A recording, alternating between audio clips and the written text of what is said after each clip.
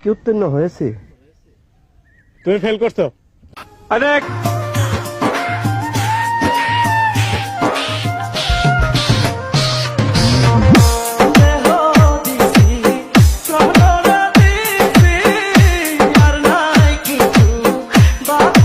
Pass করেন নাই। এই বসো। আমি মাত্র দুইটা কারণে তোরে ভালোবাসি।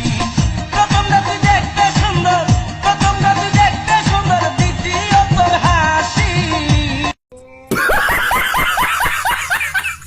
আমার ভালোবাসার ছোট্ট